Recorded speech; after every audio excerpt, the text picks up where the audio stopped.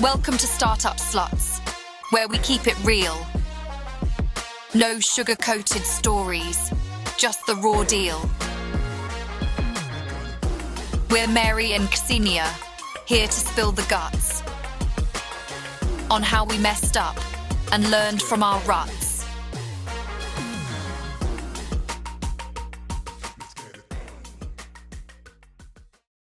Hello and welcome to podcast Startup Sluts, how to fuck up your startup, where we share our embarrassing founders moments with a dash of humor and a sprinkle of wisdom. My name is Ksenia and here is Mary. And today's topic of our episode is the Berlin startup ecosystem, the supposed Silicon Valley of Europe. And yes, we have decided to start today with what everyone thinks they know about Berlin startup ecosystem. But one moment before you deep dive into the topic, I think we should make a disclaimer. Everything we are talking now is based exclusively on our experience. It's not a universal knowledge, it's our subjective opinion. Yes, absolutely. I absolutely agree with you. And as I mentioned earlier, Berlin is often referred to as the Silicon Valley of Europe. The reason is because, of course, here in Berlin we have a very vibrant tech scene with a thriving and very diverse tech community. Another big factor is, of course, that Berlin is offer affordability. Yeah. It's less expensive than London or Paris, and of course it's attract both young founders and talents. And as a result also, Berlin is very international. It has a very bright and interesting history, cultural background, of course party scene. It's also important. And all these factors, of course, they attract young entrepreneurs, young talents who want to start here, startup journey or working journey here. Yeah, for sure. And diversity can really drive innovation. What would you say? Are there any sectors that stand out in Berlin? Yes, of course. It's well known that Berlin has a strong fintech, e-commerce, and of course digital health startups. They are the strongest in the ecosystem.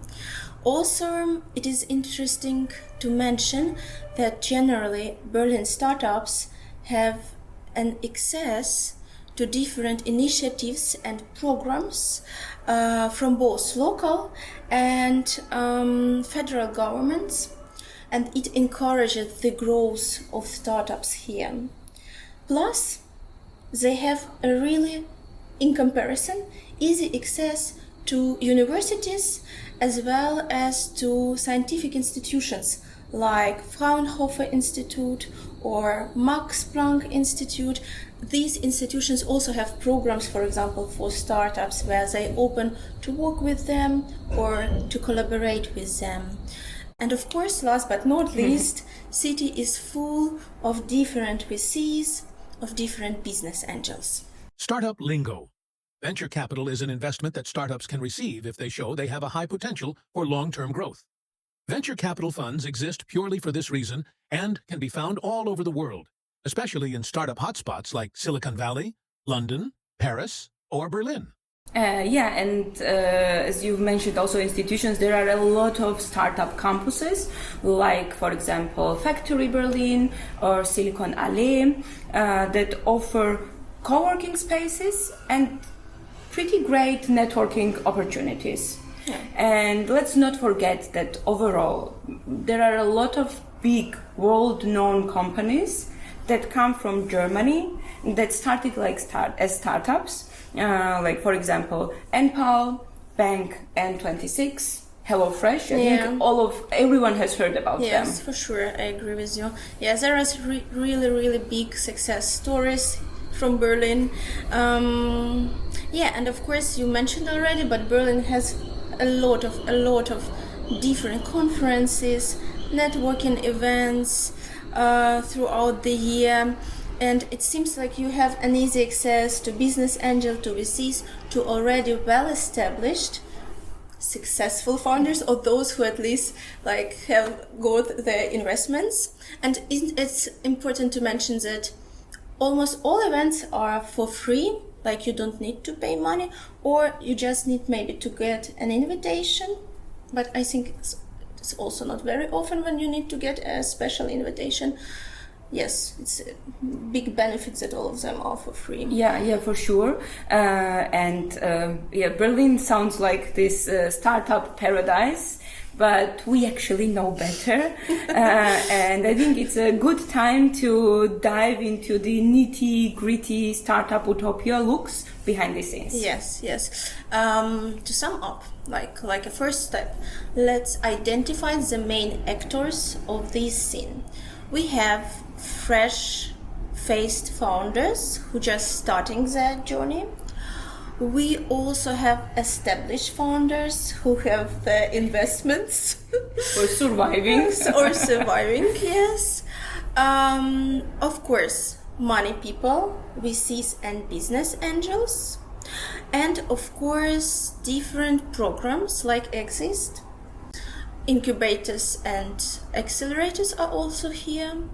And today we won't speak about this last category, because we believe that this is a very big and important topic, and it worth to be a separate episode, so stay tuned with us. It will be interesting. Because we have a big experience in that. Yeah. But I think right now we will start with the fattest wallets, with VCs. Yes, so the question is, how do venture capitalists or VCs operate? So venture capital firms primarily raise money from limited partners. Startup lingo. A limited partner, LP, in the context of private equity or venture capital, is an individual or an entity that contributes capital to a fund but does not participate in its management. These are often institutions like pension funds, insurance companies, foundations, or wealthy individuals. The capital is pulled into a fund from which then VCs invest in startups. And approximate lifetime of a fund, of VC fund, is between 10 or 12 years. And here comes the crucial tip. If you are raising money from VC, the chances are much higher if we approach them in the beginning of the fund's lifetime. So I would say first 4-5 years since the fund started existing. And why? Because VCs in this moment are actively seeking for investment opportunities. After this period, then the remaining money in the fund is reserved for follow-on investment for the already existing companies in their portfolios. Okay, I see. Then it means that, I suppose, all VCs are looking for some very special companies who have the name unicorns. Yes, exactly. Because the VC model is based on the understanding that most of their startups that they invested in will either fail or bring really minimum return on their investment. So we can there is this typical breakdown. So about 40% of startups VC invest in fail completely. Money is lost. Sad. Yes, very sad, but that's the reality. Another 40% might return the original investment and add a very slight, small profit on it. So they are the ones that, they were or were not there. Money is back. And around 10 to 20% are the ones that really become profitable, provide solid returns. This is the hope companies there. But there is this tiny, teeny fraction, not more than 1 or 2%, that become these desirable unicorns. They have astronomical returns. Sometimes it might be 100 times more than the initial investment. So that's very crucial to understand this dynamic, because it's not, if you are approaching VC, it's not enough to have like a very solid business idea, a business plan. You need to prove to them that first you can scale very quickly and that you have potential to disrupt the markets. Yeah, and to become this very special and unique unicorn. Yeah, for sure. And here I think it's also good to burst this existing myth in startup world.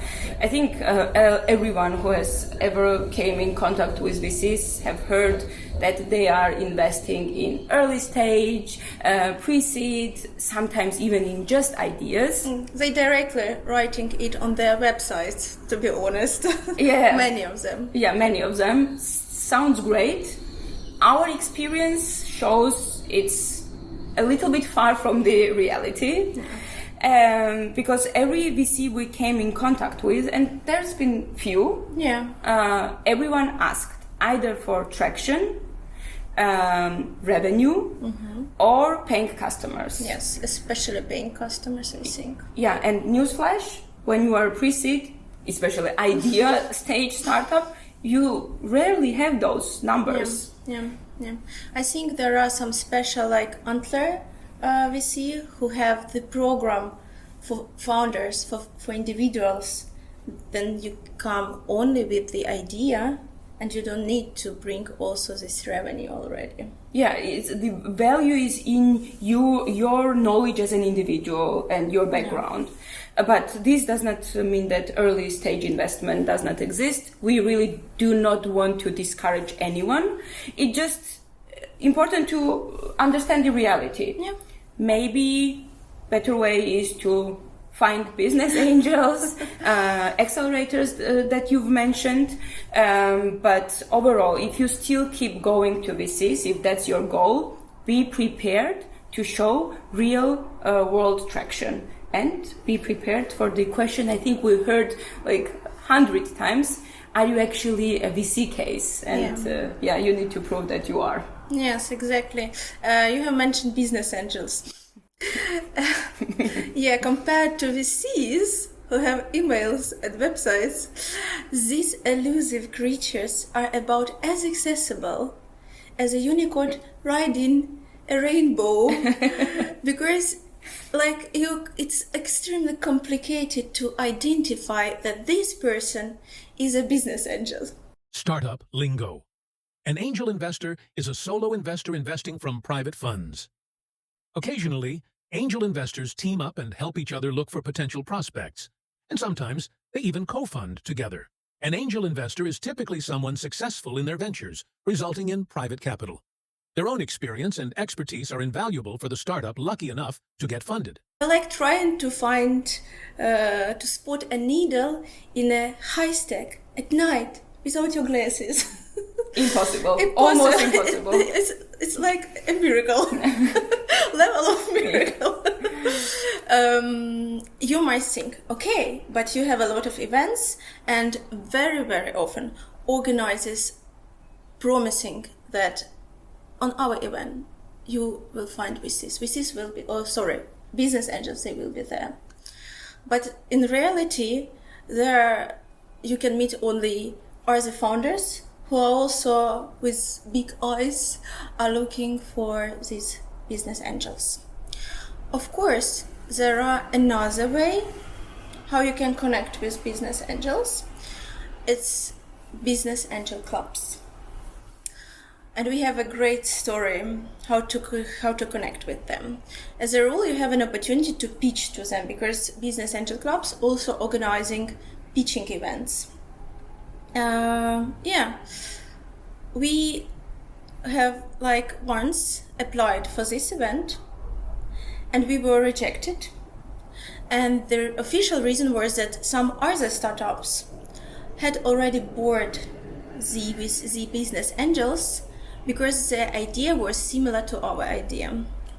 And what the email said, it was in German language, and we have translated it in Diepel, so maybe something grammatically not correct, but the main idea you will got. Your startup is not yet eligible for investment by our members. We have already had similar startups in our deal flow in recent weeks, and our angels have not shown any interest. We therefore assume that your startup will, unfortunately, not generate any interest either, as the subject area is currently not suitable for our members. Yeah, the main word, assume. Assume, yes, because later we have found out that actually they let in another startup, mental health startup, who is working also with AI to participate on this pitching event. So not only did we get rejected, but they couldn't even be bothered to give us the real reason.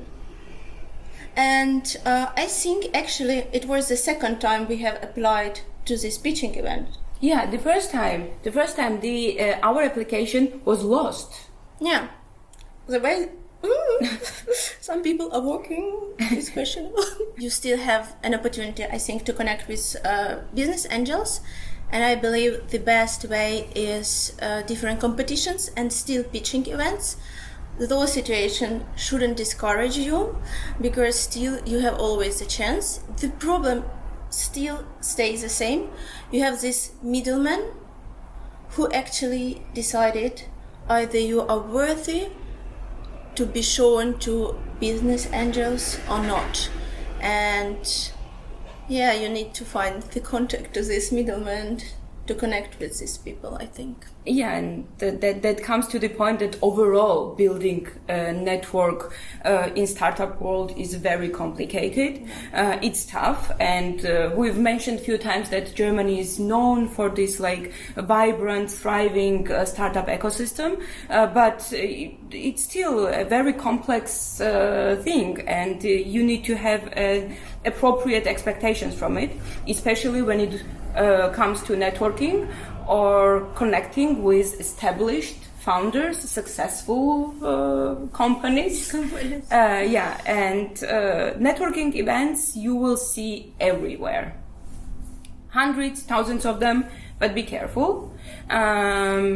Because not all of them are worth your time.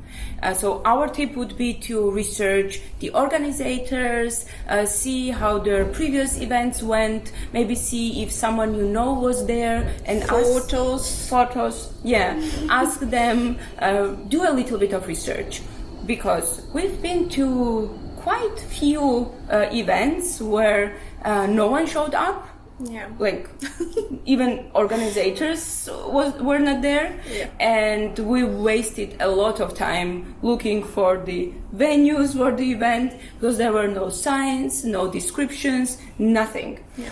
And even if event is successful, and there will be a lot of successful events, you still need to look at it with this like a grain of salt, and not really believe and trust everything you hear there, because people like to show their best face, a little bit overpromise. So yeah, don't take this hype. Be like very cold-minded in the approaching that. Yeah. And also we've mentioned the successful entrepreneurs. Reaching out to them has been surprisingly tough. Mm-hmm. And this particularly is true in certain cultures, because in Germany, for example, because we have experience in German culture. Only in German culture. The cold calling, ineffective, nothing. It will bring you 0.1% success if you are lucky. Yeah. And I would say it's even seen as something negative like intrusive to reach out to people without knowing them or knowing someone who knows them. So the question is, how do you connect with these people? And even if you do, rarely are they open to mentor you as a young entrepreneur, because of course there can be different reasons. Time constraint, people are very busy. Yeah. To build something successful from ground, you need a lot of time. Maybe they don't wanna compromise themselves. Also, Or they might see competition in you, so logically they don't wanna help you out. I have the feeling also that German investors, VCs, and business angels, and predominantly they are Germans, yes? And there are some cultural moments here. For generally speaking, for some context, we need to understand that first and foremost, very interesting that a lot of founders are internationals, and you should ask yourself why it is so. The reason is that people in Germany, they prefer to be more on this safe side. It means that between starting own business, which is very risky, is very emotionally and mentally tough process. They prefer to work in corporate, for example, and have their secure job with secure amount of money, salaries I mean. And I feel that investors in Germany, in Berlin, they are also more on this safe side. They prefer to invest in companies which for sure will generate the revenue and they will get money back. And it, like, sometimes I think it even have a negative influence on the development of the innovations. Nevertheless, we are talking here the whole time about innovations, but sometimes, like in mental health domain, how many startups are here who creating online courses? And business angels and the VCs are still investing exactly in these companies. Yeah, but on the same time, they always ask you, how unique you are. yeah, what's your USP? What is USP? But I feel like, okay, it looks familiar, this business looks familiar, this business model has been proved to be effective. Okay, cool, check. We invest in this business. Yeah, I think another important point also, if business angels and VCs see that you have either already business experience, maybe it is your second startup or third startup, or you have a very cool career path, like you are ex-Googler or ex-Meta employee, because it gives them the feeling, okay, if you were there, you have for sure the knowledge, the network, yeah. And I think it's something what plays for them a very important role. And don't get me wrong, I still believe in Berlin there are a lot of cool business angels, cool VCs, but I feel like they are more, in comparison with their American or British counterpartners, they are more on this safe side. And maybe also a little moment is that I didn't get the feeling that in Berlin, nevertheless it is a very international city, that we have an easy access to international business angels. Maybe with VCs is less complicated, but there are not so much international business angels. So you need to take it in your mind if you want to have an international business angel as your investor. Yeah, I think there is also a point that a lot of business angels, I think everywhere, not only in Germany, everywhere, they like to invest locally, so that it stays in their network, it stays in their area they know. So that might be one of the reasons why there are not so many international business angels. Yeah, I think also. So. Yeah.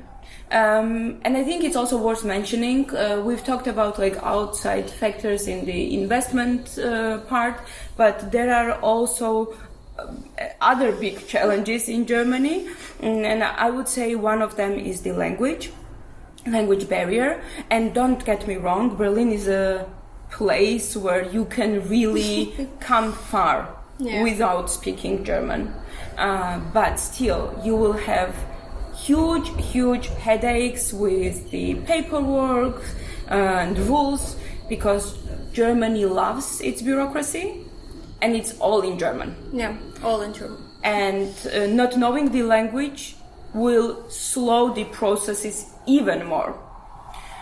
So, for example, if you want to establish a company here, that it has a legal entity, it will take much longer than it would in, for example, UK, where it's like just few days. Yeah, or in Iceland, for example, in the EU, if we are talking about EU. Yeah, exactly. And dealing with all the taxes and other business stuff, it's all in German. So again, the language comes into play. And if you are not from EU, which is like something very, like not everyone is dealing with that, but in our case. Yeah, if you are not from EU, you need additional permit to start a business here, which is again not the case in Iceland or in Estonia, in UK. That's not the case. But I think we've said that so many times, that we are not saying like you can really become successful in Germany. In Germany gives you a lot of possibilities, as you've mentioned, with the programs, accelerators, numerous events. And it has been proven. It has been proven by huge companies that come from Germany, like the ones we've mentioned already, Sum Up, for example.